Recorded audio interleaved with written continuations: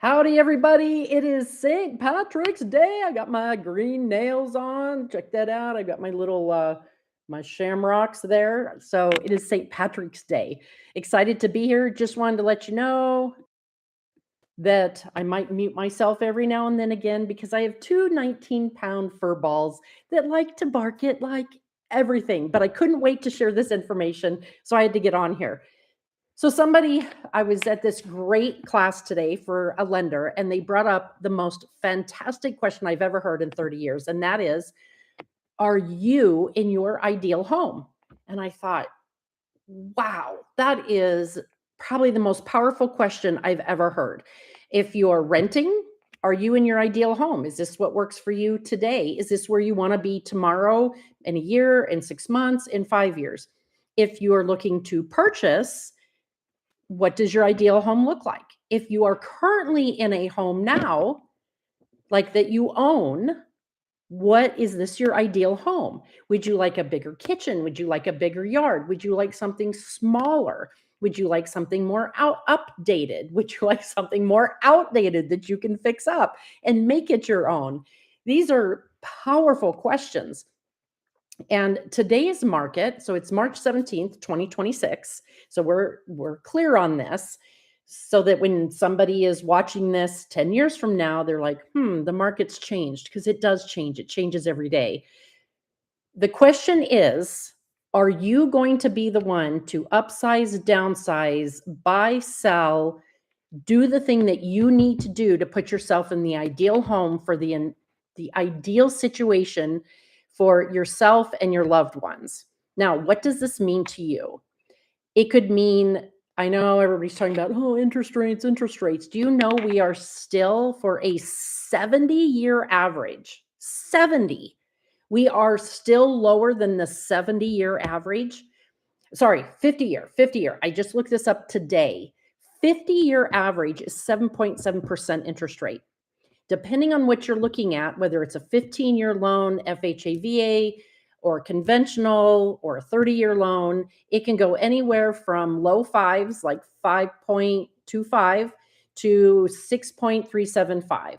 It doesn't just depend on credit. It also depends on, of course, if you're going to put down a down payment, you don't need to, or if we can negotiate, which we can negotiate that the seller pays closing costs or buy downs. There's so much information to unpack here. However, we were at 6 months inventory in both Colorado and Nevada 2 weeks ago. We are now at about 4 months inventory. So what does that mean to you? That means if you wait until rates may or may not come down in May of 2026, it could be too late. What do I mean by too late? You could overpay for the house. So your $550,000 house today is going to be $575,000 or more in May of 2026. It's a fact. Go look at your new builds. Go look at the closed properties from a year ago.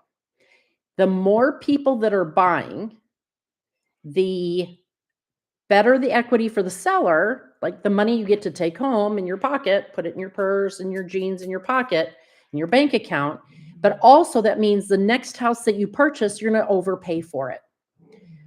We can refinance interest rates to get your payment down. We can ask for sellers to pay closing costs or buy down rates. What we cannot do is get lower prices in those huge amounts. Can you adjust a little bit? Of course. Depending on the condition of the house and the situation, of course. But as a rule, as a standard rule, keep in mind that the price is probably within $10,000 or $20,000 of what it's listed for, what it's offered for sale for. I know agents, we use all these acronyms and terms, but listed means for sale actively in the MLS, getting the most buyers to look at that home, and other marketing tools that are out there. But basically, you want to pay the least amount of money for the home, no matter what the interest rate is, and then refinance. And if you're in a VA loan, you can refinance for free. If you're in other types of loans, there could be costs depending on your lender. There may not be costs. Some lenders are offering reduced or almost free, I can't say free, refis for other types of loans. So this is a huge thing that you need to look up and consider for you and your loved ones. Even if your loved ones are fur babies or human skin babies or whatever that looks like to you, because fur babies are in our lives, right? Cats, dogs, maybe horses, even little pot-bellied pigs and those cute little tiny um, goats, the little tiny goats that are on there now. So super cool, super cool. Anyway, the question is are you in your ideal home? And if not, let me help you get there. Let's look at what does that mean for you? What is your ideal home?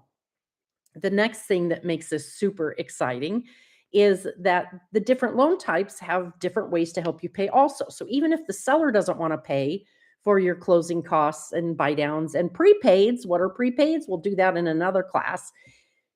A lot of lenders are offering to match what the seller is offering. So if the seller is offering, say, $4,000 in closing costs, we can get the lender to offer $4,000 in closing costs. Now that just doubles your purchase power.